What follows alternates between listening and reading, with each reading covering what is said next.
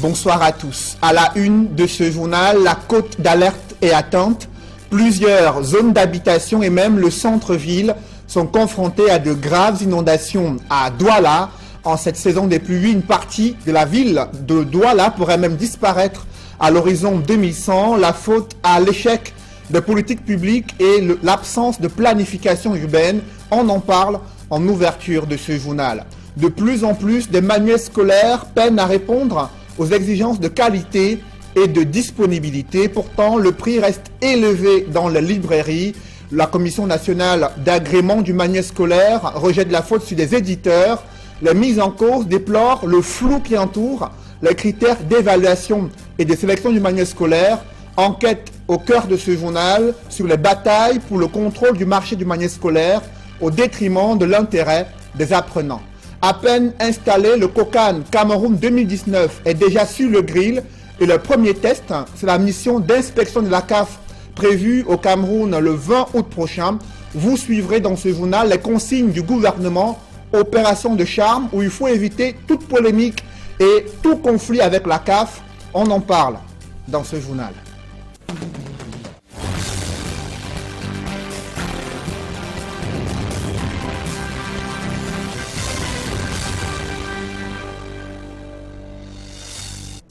Merci de suivre cette édition complète de l'information sur Equinox Télévision.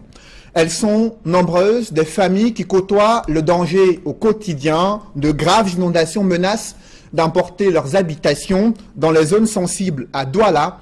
Dans la nuit pluvieuse de mercredi à ce jeudi, elles ont perdu le sommeil. Ces familles ont dû pouvoir sauver leurs meubles et éviter que leurs enfants ne soient emportés par cette montée des eaux infiltrées dans leur domicile. Un quotidien difficile en raison des menaces liées aux inondations. François Dikoumet et Gladys Sidier.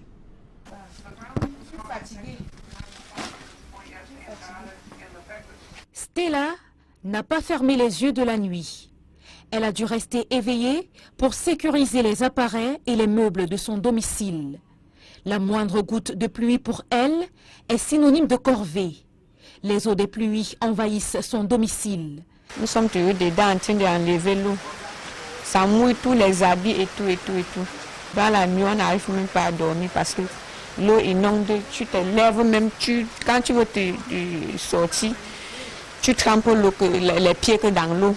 Donc quand la maison est inondée, on porte les choses, même les matelas des enfants. Le matelas a été déplacé afin d'évacuer les eaux. Un cauchemar qu'elle vit depuis 7 ans, avec son époux et leurs 2 enfants. Donc quand il pleut comme ça, on prie seulement Dieu que le soleil sorte, qu'on puisse même sortir pour acheter le riz et surtout aux enfants. Ouais, depuis le matin, je suis là même le pas lui-même, avec l'eau partout. Quand on veut préparer, on attend. On attend. Si c'est qu'il n'y a pas le pétrole dans le réchaud, bien peut-être il n'y a pas le gaz, on va attendre jusqu'à la pluie cesse. Et si la pluie ne cesse pas, on risque de tremper mais seulement le tapis. Stella n'est pourtant pas la seule dans cette situation. Plusieurs autres familles sont aussi prisonnières des eaux. En cette saison pluvieuse, leur mode de vie a complètement basculé. Je suis ici depuis 2006. C'est moi qui avais remblé tout ça. C'était même la carrière de sable. Mais on portait la terre pour venir rembler dans ces trous-là. Après, j'ai fait l'implantation. Toujours chaque année, quand il y a l'eau, quand il y a les fortes pluies, ça nous dérange. Toujours et toujours, ça nous dérange chaque fois. Tout est inondé. Là, quand on est déjà habitué, on va faire comment? Quand c'est le chez toi, tu ne peux pas fuir. Avec les chaises, bon, on les superpose.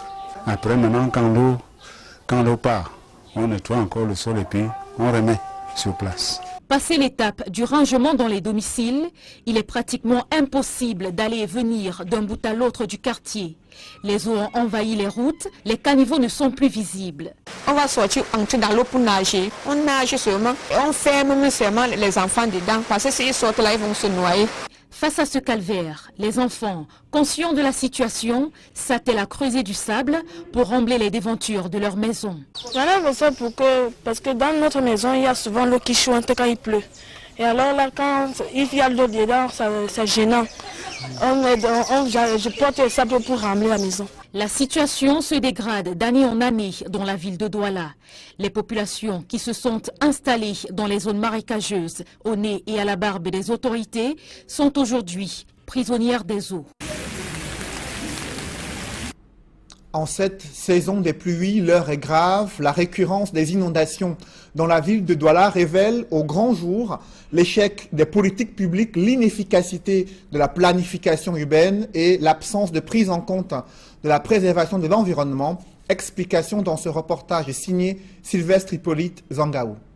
Régulièrement en proie aux inondations, la ville de Douala, en plus d'être prédisposée à ce facteur naturel, du fait de sa situation géographique, voit également plusieurs de ses quartiers envahis par les eaux, à cause de l'insuffisance et de l'obstruction des canalisations de celles-ci, indiquent des environnementalistes.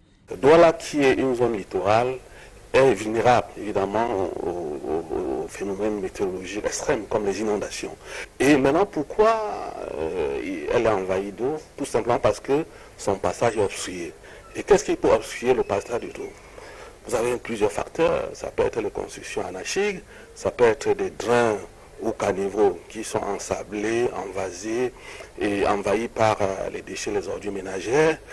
Donc voilà autant de facteurs qui peuvent aujourd'hui être à l'origine des inondations. Sans oublier l'élément multiplicateur, le changement climatique, qui entraîne les facteurs météorologiques extrêmes, telles que les fortes pluviométries, telles que les rivières en crue. Les experts des questions liées à la préservation de l'environnement affirment aussi que l'échec des politiques publiques dans le domaine aggrave la situation. Il revient à ceux qui ont la charge de gérer la ville de se préparer. Le premier facteur lorsqu'on est dans ce genre de situation, c'est les populations, c'est-à-dire c'est la croissance démographique. Toute politique qui n'intègre pas la vision sur le taux d'accroissement, sur les enjeux climatiques, écologiques, sur les enjeux économiques, on parle ici de ville durable, c'est des politiques urbanistiques qui sont vouées à l'échec. Regardez la ville de Douala qui s'étale sur PK21, PK24. Regardez comment les ordures ménagères sont gérées. La ville de Douala, selon l'ONU Habitat, une agglomération de 150 000 habitants correspond à une station d'épuration des eaux usées. Mais à Douala, on n'en a pas. Aujourd'hui, avec 4 millions d'habitants, on devrait avoir au moins 27 stations d'épuration d'eau usée. On n'en a pas. Vous comprenez que c'est très très grave. Moi, je pense que Douala, il faut le dire, est une bombe écologique. Signalons que les travaux de canalisation des eaux entamés par la communauté urbaine de Douala pour résorber le problème des inondations dans certains quartiers de la ville sont en arrêt depuis des mois. Autre difficulté des Camerounais, c'est l'établissement d'une carte nationale d'identité dans les commissariats situés dans la ville de Douala. La procédure est complexe selon des usagers. Ils doivent passer des journées entières en station debout sans espoir de pouvoir obtenir un récépissé, un calvaire qu'il raconte dans ce reportage de Julingue Nyondé. Massés devant les locaux du poste d'identification du commissariat du 2e arrondissement à Douala, les usagers n'ont qu'un seul souhait, se faire établir une carte nationale d'identité. Et même la forte pluie qui s'abat depuis ces derniers jours dans la capitale économique ne les décourage pas. C'est que le processus d'établissement de la fameuse pièce d'identification est un véritable calvaire pour les usagers. Ces derniers doivent sortir très tôt de chez eux et venir attendre debout ou assis sur une chaise de fortune durant de longues heures. Depuis la semaine passée, jeudi, je viens me renvoyer vendredi. Vendredi, on dit qu'on récupère seulement 15 dossiers et puis pour le rapport, les autres vont venir que lundi après long week-end. Et depuis jeudi à hier, mercredi qu'on a repris le travail sur là, je n'ai pas de suite jusqu'à présent. Depuis 5 heures, la move à 11 heures, sans suite. Nous sommes dans la galère depuis. Il pleut depuis le matin, nous sommes sur la pluie. Tous les jours, on voit mon dossier. Les jours, j'arrive même un peu tôt. Parfois, on dit même qu'on ne prend pas. Vous arrivez, on dépose même. Il y a un monsieur qui vient porter tout vos dossiers, vous remet. Non, on ne peut pas vous recevoir, ceci, cela. Hier, je me suis décidé de dormir en nuit, de revenir aussi le matin. J'arrive ici là ce matin à 4h, je me retrouve au 8e. Il y avait les autres ici là depuis 3h30, ils sont postés là. Ça fait un an, pratiquement un an aujourd'hui, j'essaie de faire la carte d'identité. J'ai fait l'ancienne carte, c'est sorti, puis on me dit c'est plus valable. Je ne sais pas. Et aujourd'hui, ça fait déjà pratiquement 2 mois, je sors pour la carte d'identité. Je ne sais pas, j'ai même plus d'argent. Je ne sais pas comment je vais m'y prendre avec les taxis, mototaxis et tout et tout. Dans la plupart des établissements de la carte nationale d'identité sont perceptibles affirment les usagers. Et au deuxième, c'est pas différent, c'est la même chose partout. Partout, comme au 6e, comme au 3e, partout, au 8e, même c'est grave. C'est grave, il n'y a même pas de matériel, on dit qu'il n'y a pas de matériel pour travailler. L'attente se fait dans des conditions difficiles, aux grandes dames des populations. Face à cette situation, elles disent ne plus savoir à quel sens se vouer.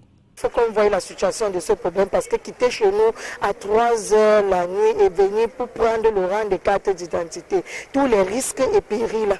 Et je veux que si tu marches sans carte, on va d'abord t'arrêter. La race va te prendre. Tu veux voyager sans carte, ce sont les problèmes. Quelques demandeurs soutiennent que les tracasseries rencontrées pour l'établissement de la carte nationale d'identité sont aussi liées au nombre de pièces désormais exigibles pour la constitution du dossier. L'usager doit en effet fournir au moins 7 pièces officielles pour espérer rentrer en possession de sa carte.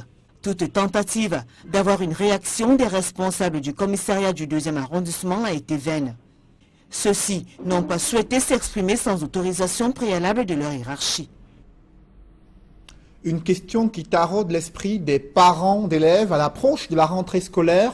Pourquoi certains manuels scolaires sont souvent de mauvaise qualité, indisponibles et vendus à un prix élevé pour la bourse des Camerounais? Le Conseil national du manuel scolaire dénonce la légèreté et l'amateurisme avec lesquels travaillent certains éditeurs. Les mises en cause rejettent la faute sur le dit conseil qui favorise les moins aguerris et entretient le flou sur les critères d'évaluation et de sélection du manuel scolaire. Reportage Élisée Bogba et Marcelin Gansop. C'est bientôt la reprise des cours et toujours la même rengaine sur la qualité du livre. Ces dernières années, celle-ci a été régulièrement l'objet de vives critiques. Avec au banc des accusés, le Conseil national des manuels scolaires. Il faut que chaque maison d'éditeur puisse avoir un collège des lecteurs, de manière à ce que les différentes impropriétés stylistiques du vocabulaire soient expurgées avant que ces projets éditoriaux n'atterrissent sur la table du Conseil des manuels scolaires. Le conseil se réunit et travaille pendant un mois. Il est pratiquement aussi difficile pendant un mois d'identifier et d'expurger toutes les impropriétés liées au lexique, liées à la grammaire anglaise, à la grammaire française. Indexés, les éditeurs se lâchent à leur tour. Ce qui fait problème, c'est que tous les parties de l'industrie du livre ne sont pas développées. Même si l'éditeur est un expert et que l'industrie de l'imprimerie n'est pas de la technologie moderne, par exemple, il ne peut pas donner la qualité si on imprime localement. Donc vous allez voir que l'éditeur qui édite au Cameroun et qui imprime au Cameroun ne peut pas avoir la chance de faire vraiment de la qualité. Autrement, on peut éditer ici, imprimer sur le plan international et on aura la qualité et on peut être beaucoup plus compétitif, aussi rendre le livre plus disponible parce qu'on peut faire un grand tirage en très peu de temps.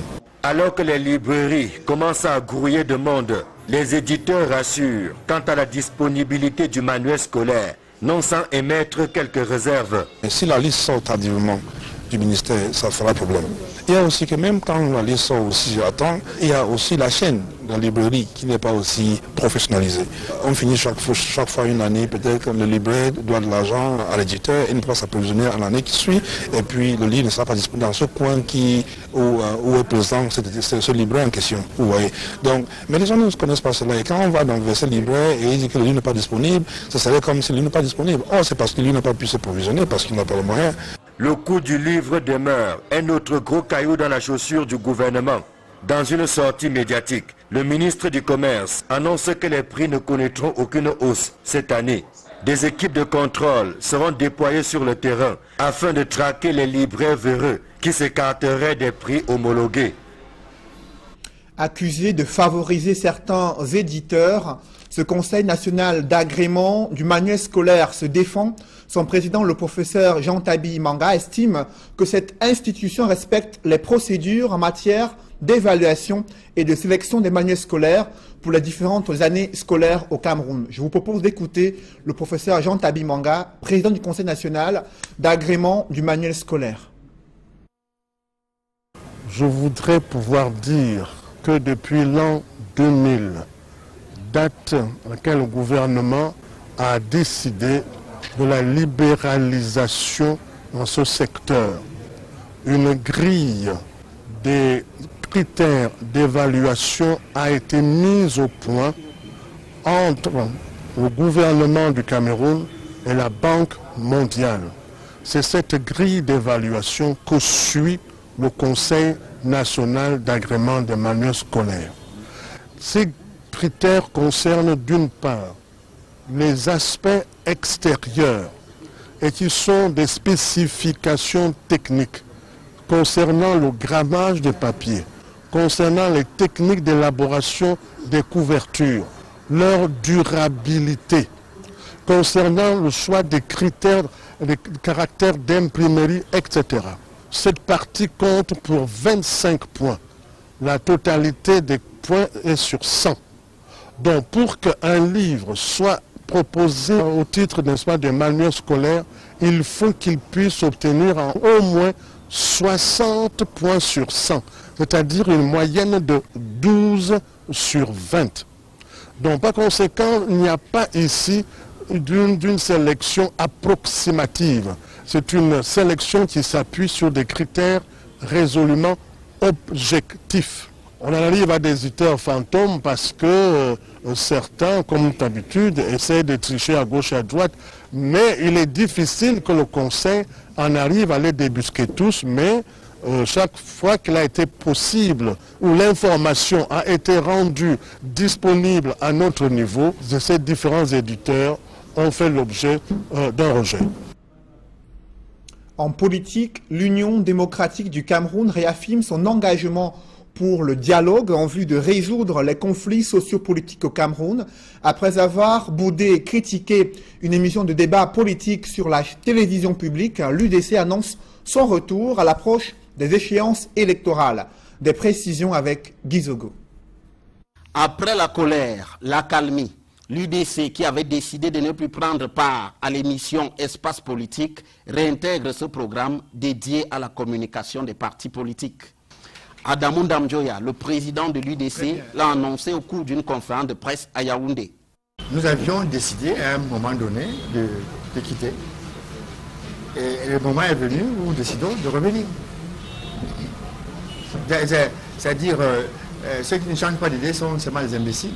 Nous avons pris cette décision. Il y a eu correspondance entre nous et le ministre. Le ministre a promis, il n'est pas venu, il n'a pas exécuté. Mais maintenant, nous lui disons à travers vous que nous revenons et que ce qu'il a promis, nous attendons qu'il fasse ce qu'il a promis. Ce geste, l'UDC entend qu'il imprègne les actions des Camerounais face aux tensions de l'heure à travers le dialogue. Le Cameroun a été construit sur la base du dialogue. L'idée de l'unité nationale, l'idée des institutions à mettre en place, cette idée s'est développée, est devenue une force, a été concrétisée dans les textes, cristallisée dans les textes, à la suite d'un dialogue, où les Camerounais parlant français, les Camerounais parlant anglais se sont retrouvés. De ce dialogue, selon le président de l'UDC, en découle forcément le pardon. Le pardon, c'est une vertu qui nous permet de mesurer l'intensité de la spiritualité des personnes en présence, parce que ça demande toujours 2 personnes ou 2 groupes. Même sur le dialogue demande 2 personnes, 2 groupes. Ce qui suppose que vous respectez l'autre, chaque personne respecte l'autre, chaque groupe respecte l'autre, qu'on puisse échanger. Mais le leader de l'UDC ne se montre pour autant pas tendre face à ce qu'il considère comme la décrépitude du Cameroun. La CAN 2019 en est l'illustration pour lui. On parle de football, de la CAN. Pourquoi en sommes-nous arrivés à cette situation où on doit jouer aux pompiers maintenant pour construire des stades, pour arranger, pour avoir les infrastructures pour 2019? C'est pas normal. Et le jour au lendemain, il y a un monsieur qui sort, qui dit que vraiment le Cameroun, c'est pas possible. Et il met sur la place publique la gouvernance camerounaise. Quels sont les Camerounais qui ne peuvent pas accepter ça? Et puis maintenant, le Camerounais qui était son prédécesseur, vient rétorquer pour dire qu'on a tout. Depuis qu'il était là-bas pendant 30 ans, qu'est-ce qu'il a fait? Qu'est-ce qu'il a fait pour qu'on puisse avoir les infrastructures requises? Il n'empêche Adamou Ndamjoya qui condamne ces insuffisances, pense néanmoins qu'il y a des atouts sur lesquels il faut s'appuyer. Maintenant, on arrive où on peut péter le drapeau, on peut déchirer le drapeau. Ce n'est pas acceptable. Pourquoi on en est arrivé à cela? Pourquoi nous sommes arrivés à cette situation? Alors que nous avions tout pour construire une force, pour la force d'un pays. Nous avons tout pour cette harmonie. Qu'est-ce qu'on a fait? On a exacerbé les particularités au lieu de permettre la convergence des richesses de ces particularités pour construire quelque chose de fort. Un véritable discours dans lequel le patron de l'UDC distribue sans embâche les bons et les mauvais points. Le gouvernement se mobilise pour la réussite de la prise en charge médicale gratuite des milliers de Camerounais victimes de maladies rares. Ils doivent bénéficier des soins appropriés sur un bateau humanitaire médicalisé, lequel séjourne au Cameroun durant près de 11 mois. Des précisions avec Innocent Abega et Étienne Pascal Azégué. Bientôt, beaucoup de vies seront transformées par l'espoir et la guérison à bord de Africa Merci, qui est le nom de baptême du bateau médicalisé, qui a installé son quartier général au port autonome de Douala. Ce n'est plus qu'une question de jours pour que le poste 10 du quai du port autonome de Douala se transforme en une véritable salle d'urgence géante. Dès ce week-end, les mouvements de ces personnes vont être coordonnés par le ministère du Transport, tel que les premiers patients puissent entrer dans ce navire-hôpital lundi prochain. D'autres départements ministériels, tels que celui de l'eau et de l'énergie, de la promotion de la femme et de la famille et des affaires sociales, seront mis à contribution pour la réussite de cette opération humanitaire. Environ 3000 patients vont recevoir différents soins sur le bateau et dans d'autres centres hospitaliers de la ville de Douala. Nous savons également qu'en plus des opérations chirurgicales qui vont s'effectuer dans ce bateau, où il y a près de 5 blocs opératoires, les opérations concernant l'ophtalmologie et les soins dentaires vont s'effectuer dans un cadre rénové et équipé par Mercy Ships à l'hôpital La Quintini. Le gouverneur de la région du littoral a par ailleurs la charge de coordonner tout le flux des malades vers l'unique point qui sera la maison du parti de Bonanjo. Personne ne vient directement au port de Douala. Personne ne va directement à l'hôpital La Quintini ou à l'hôpital gynéco-obstétrique. Ceux qui viennent vont au point d'accueil qui est à la maison du parti de Bonanjo. Il faut noter que 11 000 volontaires ont été recrutés sur place pour apporter leur soutien pendant les 10 mois que vont durer la campagne de prise en charge gratuite d'un peu plus de 3 000 malades au Cameroun. La promotion des langues maternelles est loin d'être une préoccupation majeure. Pour les pouvoirs publics au Cameroun, le pays en est encore à la phase pilote d'apprentissage linguistique dans certains lycées. Pourtant, la mondialisation ne cesse d'acculturer les nouvelles générations. Et pour préserver cette essence du patrimoine multiculturel dans la région de l'Ouest, des Camerounais ont été édifiés sur des techniques linguistiques d'apprentissage de certaines langues à l'université de Tchang. Leclerc Sakem et Julienne Berthe Bissaye.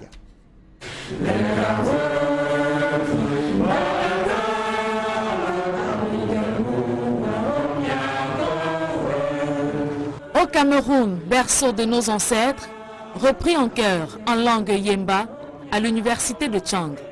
Ici, ce sont de nouveaux ambassadeurs de langue maternelle. Ils ont été édifiés durant 1 mois sur les techniques linguistiques d'apprentissage de certaines langues vernaculaires parlées dans la région de l'Ouest. L'une des choses qui était marquante ici, à savoir la pratique informatique. Les uns et les autres ont reçu dans leur téléphone, ceux qui étaient à WhatsApp ont reçu des textes qui ont été spontanément écrits en langue nationale. Et cela, vous comprenez que c'est une des choses qu'on peut saluer comme acquis de ce stage. Cette formation des enseignants de langue maternelle intervient dans un contexte où très peu de jeunes Camerounais maîtrisent leur culture. Victimes de la mondialisation, ils ignorent l'intérêt de s'exprimer couramment en langue maternelle. Aujourd'hui, à travers le séminaire, les langues africaines peuvent bien et bien transmettre leurs connaissances. l'expérience a prouvé qu'un enfant qui a appris dans sa langue maternelle est mieux que celui qui apprend en langue étrangère. Cependant, les pouvoirs publics investissent très peu dans la valorisation des langues maternelles. Pourtant, c'est l'essence même de l'identité d'une nation et un important facteur d'intégration nationale. Il est important aujourd'hui de donner plus de visibilité à nos langues et à nos cultures nationales. Si vous ne les parlez pas, elles meurent. Oui, donc il faut les préserver, il faut les utiliser pour les recherches. Et comme je l'ai dit dernièrement quand je vous ai rencontré, il faut les mettre à la disposition du grand public. Mettez-les sur Internet. Rassemblez tous les contes, toutes les devinettes, tout ce que vous avez comme richesse ancestrale et mettez-les sur le net, dans nos langues, avec les glosses et les traductions littéraires. Ça va faire vivre les langues. Si le Cameroun est à la traîne, certains pays africains ont fait de leur langue maternelle des langues officielles.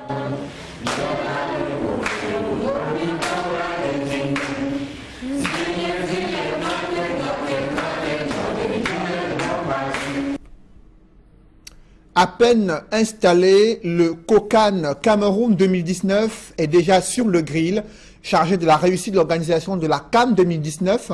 Leur premier test, c'est de défendre le niveau de préparation du Cameroun lors de la mission d'inspection de la CAF prévue le 20 août prochain. Et les consignes du gouvernement sont claires, éviter toute polémique et tout conflit avec la Confédération africaine de football. Joël Essengé et Ike Cyril. Décision numéro 5. Une pléthore de personnalités nommées au sein du comité central et des commissions techniques locales d'organisation de la CAN 2019. Il leur est demandé de taire les querelles avec la Confédération africaine de football et de se mettre résolument au travail. L'heure n'est donc plus aux polémiques. L'heure n'est plus au rappel de quelques malentendus survenus dans un récent passé portant sur les débats autour des sujets insolites. Priorité doit désormais être donnée essentiellement aux actes complémentaires de vos réalisations efficientes, respectant scrupuleusement le cahier de charge de la CAF. Premier test grandeur nature des membres du comité central et des commissions techniques, l'accueil et l'organisation de la mission d'inspection de la CAF annoncée dans les tout prochains jours au Cameroun.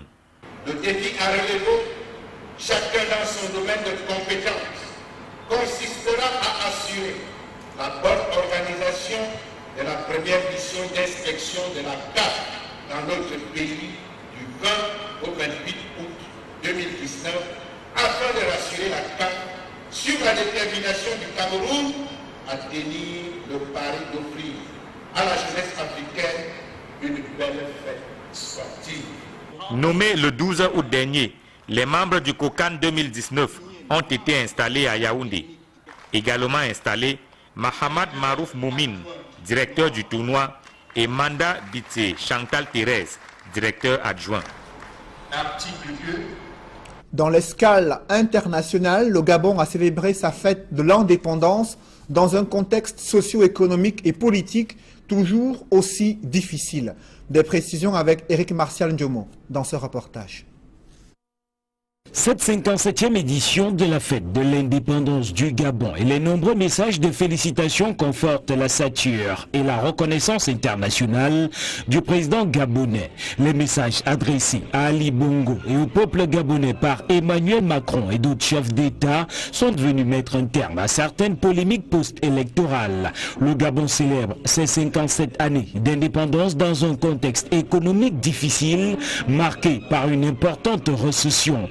Ali Bongo Ondimba, dans son adresse à la nation le 16 août 2017, l'a clairement rappelé, justifiant le recours au Fonds monétaire international et l'application du plan de relance économique qui impliquera la réduction du train de vie de l'État. Dans la foulée, le président a annoncé la formation dans les jours à venir d'un nouveau gouvernement avec à sa tête l'actuel Premier ministre Emmanuel Issou-Ngondé. Ce gouvernement nouveau fait suite au dialogue national tenu il y a quelques mois au Gabon Gabon. Le défilé militaire au boulevard du bord de mer a été fortement applaudi par le public massivement venu. Un public qui, comme les années précédentes, a aussi eu droit à des parades aériennes et navales. C'est un grand reportage d'Equinox Télévision qui suscite toujours de vives réactions sur la route Douala-Yabassi en piteux état pour ces populations qui souffrent lorsqu'elles veulent se rendre dans le Nkam, l'un des départements les plus enclavés dans la région du littoral. Le calvaire des populations raconté par nos reporters qui ont pris cette route, Innocent Abega et Flavien Valodongo. Reportage.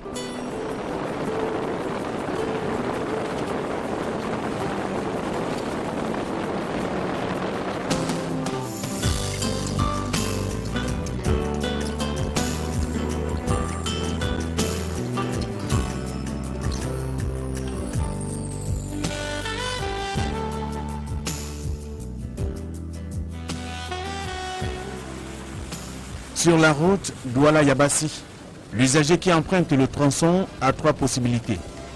En moto, en voiture ou à pied. Distant de 90 km, ceux qui la fréquentent subissent la première étape un peu moins douloureuse jusqu'au carrefour Bonepopa, distant de 39 km.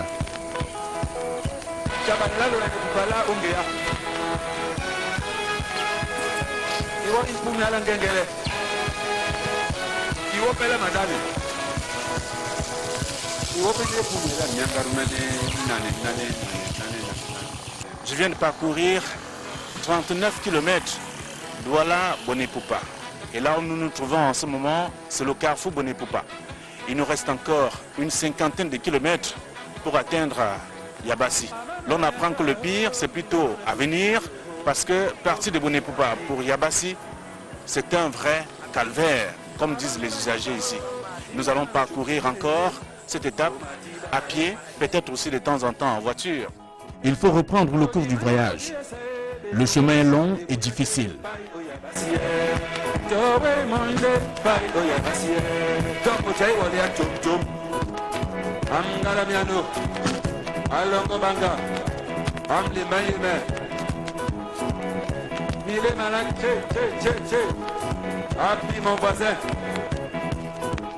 D'ailleurs, ce gros porteur vient de passer plusieurs jours embourbé à cet endroit et abandonné à lui-même. Le convoyeur dit être dépassé par cet événement.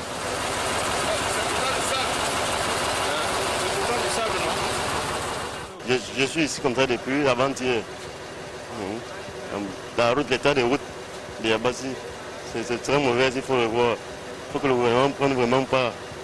Que le gouvernement ne prenne pas. Et surtout en cette période de pluie. Il n'y a pas moyen. À pied, même à pied comme à moto, les gens descendent partout. Vous voyez, les gens descendent un peu de partout. Les voitures foncent ici chaque jour, hier même. Mais les voitures à vide foncent ici. Partout jusqu'au chantier, loin derrière, c'est mauvais. Le chauffeur du véhicule de transport en commun qui nous conduit sur Yabassi a pris la peine d'énumérer le nombre de zones d'ombre qui jonchent les 51 km de route qui séparent Bonepopa de Yabassi. Des bourbiers dangereux.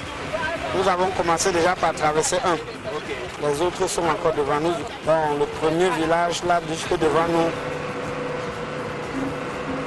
deux autres à Tibeng, un autre à Ndokama, celui qu'on a traversé tout de suite à Ndobele. Là, à Pongo, juste devant, là, on va trouver un autre encore. Enfin, donc on totalise un nombre de 7 bourbiers qui rendent la route impraticable totalement. Sur la route de Yabassi, chaque croisement effectué exige un arrêt des véhicules. Non seulement la route est étroite, elle est aussi truffée de petits lacs et de bourbiers. Le spectacle est désolant et ne laisse personne indifférent.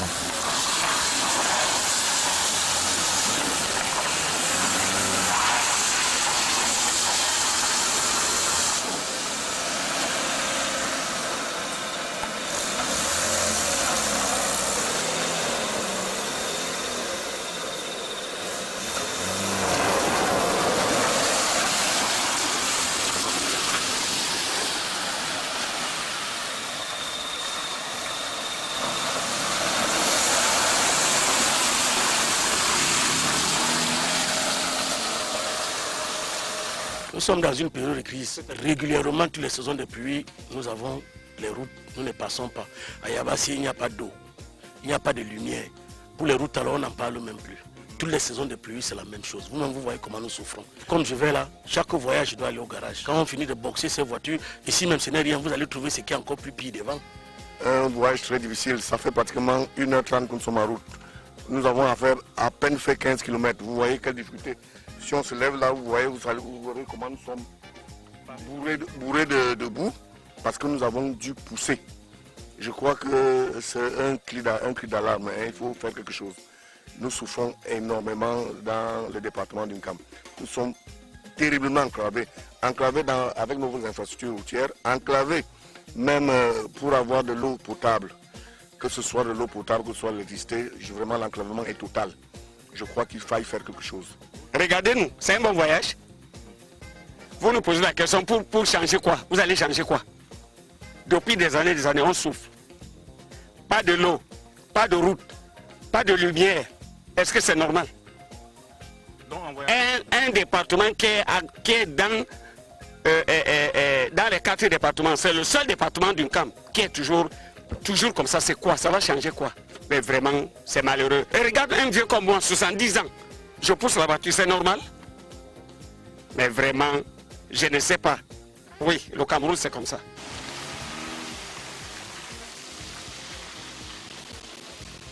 Le Cameroun est comme ça, pour reprendre les propos de cet homme âgé de 70 ans. Mais davantage lorsqu'il faut braver les bourbiers. Tous les passagers sont appelés à descendre du véhicule pour pousser.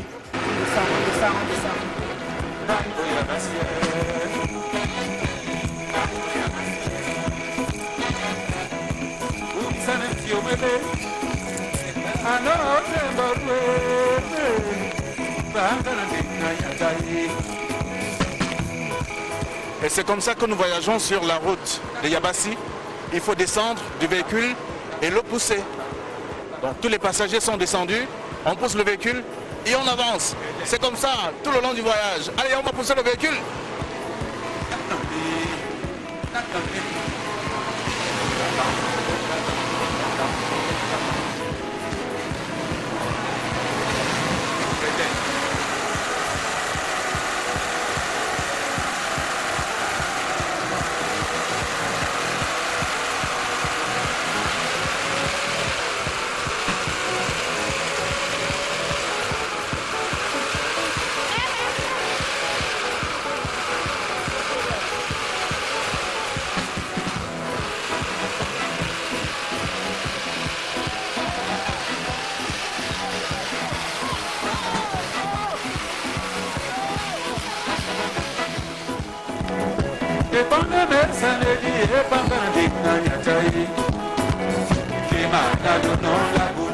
C'est la situation que nous vivons ici depuis des années, surtout à partir du mois de juin. C'est pratiquement tout le Cameroun qui est coupé de Yabassi. Les cultivatrices, les cultivateurs, les denrées pourrissent ici à Yabassi, faute de moyens de transport. Nous arrivons à Douala pratiquement comme des cochons, comme des porcs, après 6 heures en Douala à 80 km. À cause du mauvais état de cette route, le reporter est contraint à poursuivre son voyage à pied. Nous sommes sur l'axe Bonepopa, Yabassi, et vous l'avez constaté, vous l'avez même entendu que c'est dur, très dur d'ailleurs. Je continue ma marche pour aller à Yabassi, partant notamment de Douala, et comme vous le savez, empruntant de temps en temps le véhicule et en marchant parce que la situation est catastrophique. La route est en très mauvais état, mais nous continuons toujours à marcher. On marche.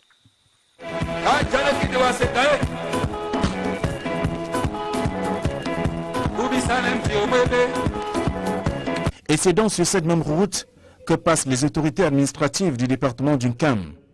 Et pire encore, les élites de la localité. Au bout de 5 heures et 30 minutes de route sur 90 km entre Douala et Yabassi, nous sommes au cœur du chef-lieu du département d'Unkam. Le maire du village, que dis-je, de Yabassi, pense que la souffrance de ces populations émane de l'échec de l'élite politique. Et quand vous partez, vous faites le tour du camp, vous vous rendez que tous les villages à côté sont bitumés, entretenus, alors que Yabassi, chef du département, ne jouit pas de cet état des lieux. Il y a quelque chose qui s'est passé. On a oublié Yabassi pendant un temps. C'est lié à une politique des élites qui pensent que la pauvreté est le meilleur moyen de fidéliser les populations. Ça coûte moins cher de soumettre et de compromettre un peuple qui a faim et qui est indigent. C'est une volonté de Machiavel, ça c'est une réalité. Tous ceux qui ont représenté Yabassi, c'était essentiellement des carriéristes qui pensaient à eux et pas à leur village. Vous ne pouvez pas imaginer une ville comme Yabassi avec toute la crème intellectuelle qu'elle bénéficie et les positions de pouvoir que nous avons eues en 35 ans de confiance du chef de l'État, que Yabassi ait cette image. Voilà à quoi ressemble le chemin qui part de Douala pour Yabassi dans le département du Kam. Et là-bas, il se dit que tout fonctionne sous le régime de la pauvreté. Mesdames, Messieurs, c'est la fin de ce journal. Merci de l'avoir suivi. Restez sur Equinox Télévision pour suivre juste après le 20h Regard Social, émission présentée par Éric Fernand Kouamon. Bonne soirée sur Equinox Télévision.